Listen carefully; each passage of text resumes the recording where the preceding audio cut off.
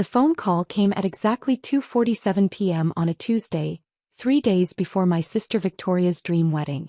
I was sitting in my modest downtown apartment, the one my family constantly mocked as that tiny shoebox, when my phone buzzed with an unknown number. "Hello, is this Emma Richardson? This is Patricia from Grandview Events. I'm your sister's wedding planner." I could hear the panic in Patricia's voice immediately. "Yes, this is Emma. Is everything okay?" "I'm afraid not. There's been a catastrophic issue with the vendors.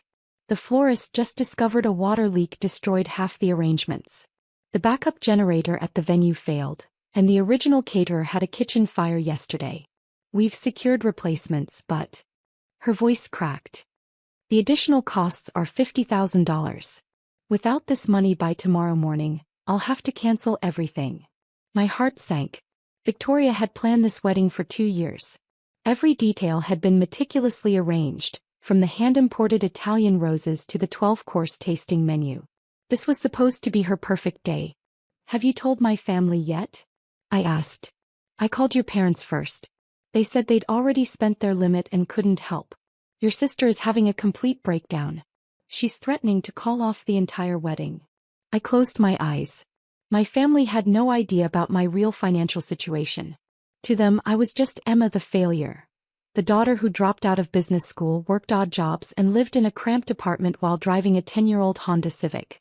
They'd spent years telling me I was the family disappointment, especially compared to Victoria, the successful marketing executive with her corner office and BMW.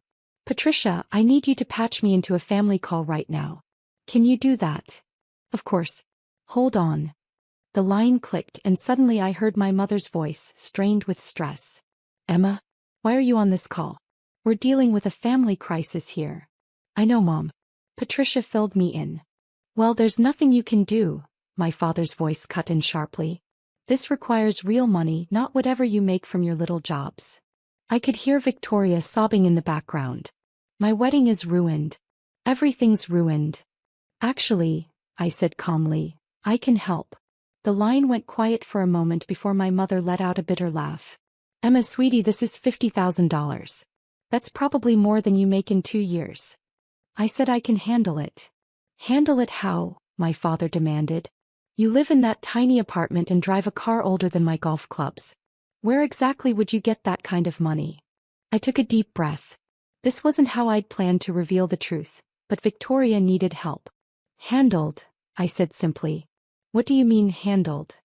Victoria's voice came through, raw from crying. "I mean the money will be wired to Patricia's account within the hour.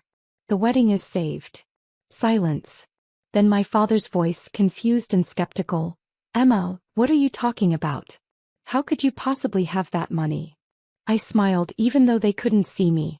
"Well, that's interesting story, Dad." "This isn't funny," my mother snapped.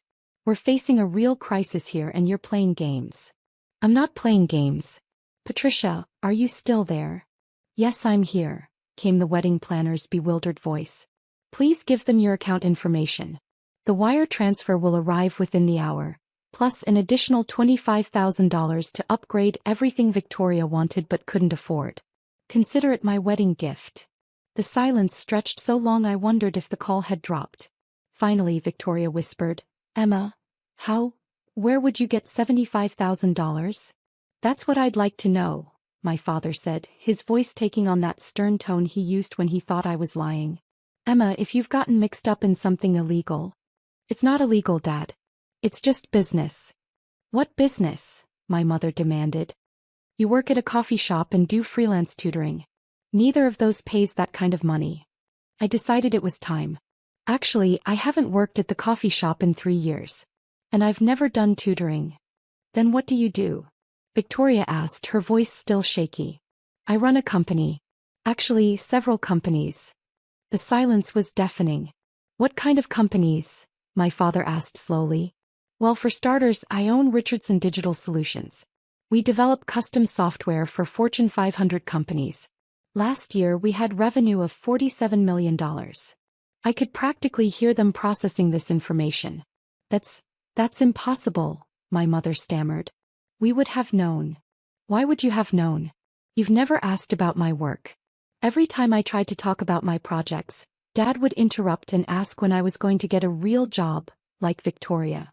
But your apartment, Victoria began, is owned by me along with the entire building. Actually, I own the whole block. The apartment you call tiny is just my home office. My actual residence is the penthouse on the top floor. The penthouse in your building has been under construction for 2 years, my mother said faintly. Because I've been customizing it. Smart home technology, rooftop garden, private elevator. It was finished last month. Patricia's voice cut in tentatively. Excuse me, but should I give you the account information? Actually, Patricia, let me ask you something. What's the name of the venue where Victoria's wedding is taking place? The Grandview Estate, of course. And who's the catering company? Elegant Affairs Catering. And the backup venue you mentioned if we needed to change locations? The Riverside Manor, but that would require rebooking everything. I took a breath. Patricia, I need to let you in on something. You don't need to worry about payment or rebooking anything. What do you mean? I own the Grandview Estate. I also own Elegant Affairs Catering. And Riverside Manor. And the florist company and the photography studio Victoria booked and the transportation service. The silence that followed was so complete I could hear my own heartbeat. Finally, Victoria's voice came through in a whisper. What? When I said I own several companies, I meant it. I started with software development, but I've been expanding into hospitality and events. The Grandview Estate was my first property acquisition 3 years ago. I bought it because I thought it was beautiful and had potential. Elegant Affairs was struggling financially, so I acquired them and helped them expand. The photography studio was a natural addition to the portfolio. This is insane, my father said, though his voice had lost its dismissive edge. Why wouldn't you tell us any of this? When would I have told you? During Sunday dinners when you spent the entire time talking about Victoria's promotions? During Victoria's birthday parties when you introduced me to people as our other daughter, the one still figuring things out? During Christmas when you gave Victoria expensive jewelry and gave me a self-help book about finding career direction? The truth hung in the air like a weight. But why keep living like? My mother started. Like what? Like someone who doesn't need to prove their worth through material possessions? I learned everything I know about business by watching people, Mom. I learned about customer service by working at that coffee shop. I learned about problem solving by doing tutoring. I learned about real estate by living in modest spaces and understanding what people actually need. The Honda, Victoria said suddenly. You still drive that old Honda. It's reliable and efficient. Plus, do you know how much I save on insurance? I can afford any car I want, but I don't need status symbols. Unlike some people. That last comment stung and I immediately regretted it. I'm sorry, I said quickly. That was uncalled for. No, Victoria said quietly. You're right. We've all been. God, Emma, we've been so awful to you. Patricia's voice interrupted. I'm sorry to interrupt this family moment, but I need to confirm, the wedding costs are actually covered? More than covered, I assured her. Victoria, remember that ice sculpture you wanted but thought was too expensive? Get it. Remember the string quartet for the ceremony? Book them. The premium bar package? Consider it done. This is your dream wedding and you're going to have every single thing you wanted. Emma, Victoria's voice broke. I don't know what to say. You don't need to say anything. You're my sister. I love you. But we've been so terrible to you, my mother said, her voice thick with tears. All these years you thought I was a failure. I know. Why didn't you correct us? My father asked. Why let us believe you were struggling? I considered the question carefully. Honestly, at first I was just focused on building the business. Success came faster than I expected, and by then your assumptions were so entrenched that I didn't know how to change them without seeming like I was bragging. And then, I paused. Then what? Victoria prompted. Then I realized something important. Your love for me seemed conditional on me being the family failure. Victoria was the successful one and I was the cautionary tale. I was afraid that if you knew the truth, you'd find some other way to dismiss me. That's not true, my mother protested, but her voice lacked conviction. Isn't it? Remember my high school graduation? Victoria graduated summa cum laude from college the same week. Guess which achievement got mentioned in your holiday card that year? Silence. Or when I won that state science fair in 10th grade. Victoria had just gotten engaged, so the science fair got exactly 3 minutes of conversation at dinner before we spent 2 hours discussing wedding venues. Emma, my father's voice was smaller now. I had no idea we made you feel that way. I'm not telling you this to make you feel guilty. I'm explaining why I kept my success private. I needed to know I could be happy and successful without your validation. And I am. The coffee shop, Victoria said suddenly. You kept working there even after your company took off? For 6 months, yes. Some of my best business insights came from those early morning conversations with customers. Real people solving real problems. That's what good business serves. Patricia cleared her throat gently. I hate to interrupt, but I do need to start coordinating with the vendors. Emma, should I put everything under your account? Actually, Patricia, let me give you a direct number. Call my assistant Marcus. He handles all the event coordination for my properties. Tell him Emma said to give Victoria the full VIP treatment. That means upgrades to everything, additional security, and full concierge service for all the guests. VIP treatment? Victoria asked. Well, I wasn't planning to tell you this until after the wedding, but the Grandview Estates VIP package includes things like personal attendance for the bride and groom, premium transportation for all guests, professional photography throughout the weekend, and a complimentary honeymoon suite for 3 nights. Weekend? My mother asked. Oh right. I upgraded Victoria's wedding to a weekend event. Friday welcome party, Saturday ceremony and reception, Sunday brunch. All included. The silence returned, but this time it felt different. Stunned rather than hostile. Emma, Victoria finally said, this is too much. The money, the upgrades, everything. It's too much. No, it's not. It's what families do for each other. But we haven't. She started. You haven't had the chance to return the favor yet. But you will. That's how families work. We support each other through different seasons of life. Right now, I'm in a position to help. Someday you might be in a position to help me. How can we ever repay this? My father asked. By being proud of me. By asking about my work instead of assuming I don't have any. By introducing me as your successful daughter instead of apologizing for my existence. Emma, my mother's voice was barely a whisper. We're proud of you. We've always been proud of you. Then show it. Patricia's voice came back. Emma, I've reached Marcus and he's already contacting our premium vendors. He says to tell you that everything will be handled by tomorrow morning. Perfect. Victoria, Marcus will call you directly to discuss any last-minute preferences. Treat him like your personal concierge. Because that's exactly what he is. I don't even know what to ask for, Victoria admitted. Start with your dream list and go from there. The sky's literally the limit. After we ended the call with Patricia, my family stayed on the line. The awkwardness was palpable, but it was a different kind of awkwardness than before. The discomfort of people realizing they need to rebuild a relationship from scratch. Emma, my father said finally, I owe you an apology. We all do. Dad, you don't. Yes, I do. We've spent years making you feel less than, and that's unforgivable. You built something incredible, and instead of celebrating you, we dismissed you. I should have told you sooner, I admitted. I let pride get in the way of honesty. Why now? Victoria asked. Why reveal everything for my wedding? Because it's your wedding day and you deserve to have it be perfect. And because... I took a breath. Because I realized that keeping my success secret was just another way of letting fear control my relationships. I was so afraid of being rejected for who I really am that I never gave you the chance to love the real me. We do love the real you, my mother said firmly. And we're going to spend the rest of our lives proving it. 3 days later, I stood in the bridal suite at the Grandview Estate, watching Victoria get ready for her wedding.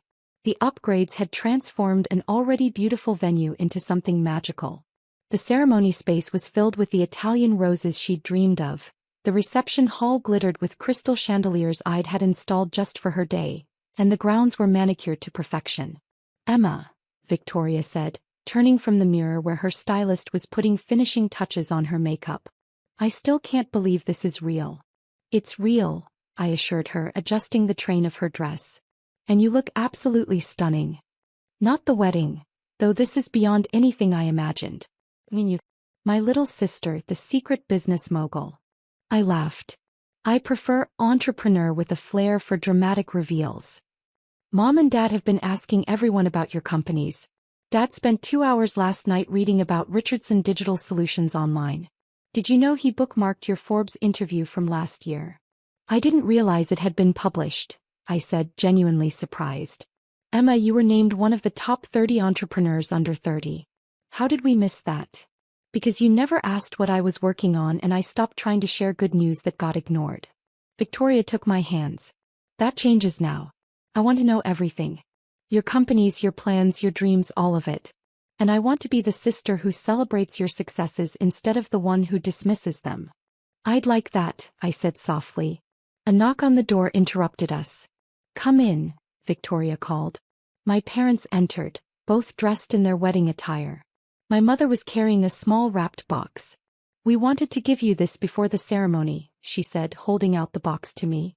You didn't need to get me anything, I protested. We didn't buy it, my father said. We've had it for years, waiting for the right moment. I opened the box to find a delicate gold necklace with a small pendant, our grandmother's jewelry, the piece Victoria and I had both admired as children. Grandma Rose always said this should go to the granddaughter who built something lasting, my mother explained. We thought that would be Victoria with her career. But Grandma Rose always talked about building businesses and creating jobs for people. We realize now that she would have wanted you to have it. I felt tears welling up. Are you sure? Victoria should have this. No, Victoria said firmly. Mom's right. Grandma Rose was an entrepreneur too before that was common for women. You're carrying on her legacy in ways the rest of us never understood. I put on the necklace and it felt like a homecoming. There's one more thing, my father said. I've been thinking about what you said on the phone about how we introduced you to people. I want you to know that's changing immediately. From now on, when people ask about my daughters, I'm going to tell them about Victoria, the marketing executive who's brilliant at understanding people, and Emma, the CEO who's revolutionizing how businesses think about technology. Dad, you don't have to. Yes, I do. I have 2 successful daughters and it's time I started acting like it. The ceremony was everything Victoria had dreamed of and more. As I stood beside her as maid of honor, I watched her face glow with pure happiness. The upgraded flowers, the additional musicians, the perfect lighting, every detail came together to create magic.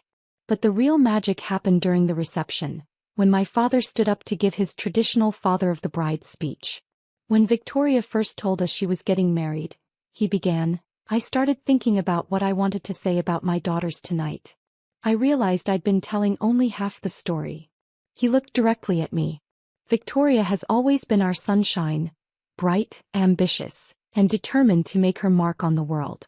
He has. But I haven't given proper credit to Emma, who's been quietly building something extraordinary while we weren't paying attention. The room grew quiet. 3 days ago, I learned that my younger daughter owns the venue where we're celebrating tonight. She owns the catering company that prepared this incredible meal. She built a multi-million-dollar technology company that serves major corporations across the country. And when Victoria's wedding faced a crisis, Emma solved it without hesitation or expectation of recognition. I felt my cheeks burning, but my father continued. I'm sharing this not to embarrass Emma, but because I realized I've spent years being proud of the wrong things. I've been proud of obvious success while missing the quiet strength and brilliant mind that built something lasting. Emma, I'm sorry it took me so long to see what was right in front of me. You're remarkable and I'm proud to be your father. The room erupted in applause and I felt Victoria squeeze my hand. Later, as the reception was winding down, Victoria found me on the terrace overlooking the estate's gardens. Thank you, she said simply. For what? For saving my wedding. For keeping our family together. For being better than all of us deserved. Victoria, you're my sister.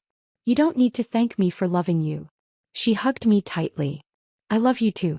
And I'm sorry it took a crisis for us to remember how to be a family.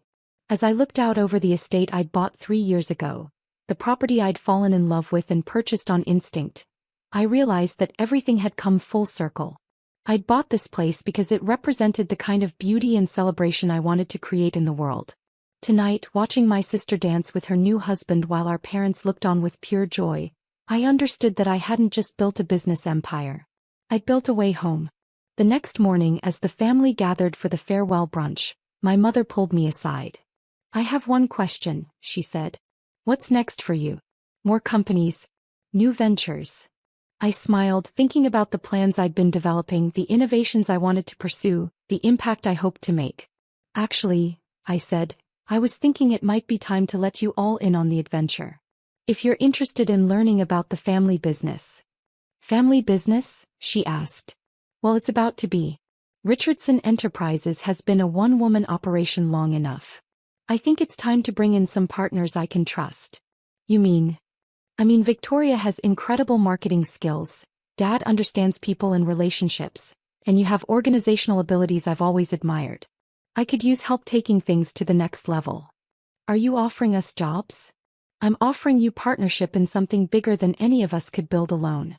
But only if you're ready to see me as an equal instead of the family disappointment." My mother's eyes filled with tears. "Emma, you stopped being a disappointment the day you were born. We just forgot how to see clearly." "So," I said, extending my hand. "Partners."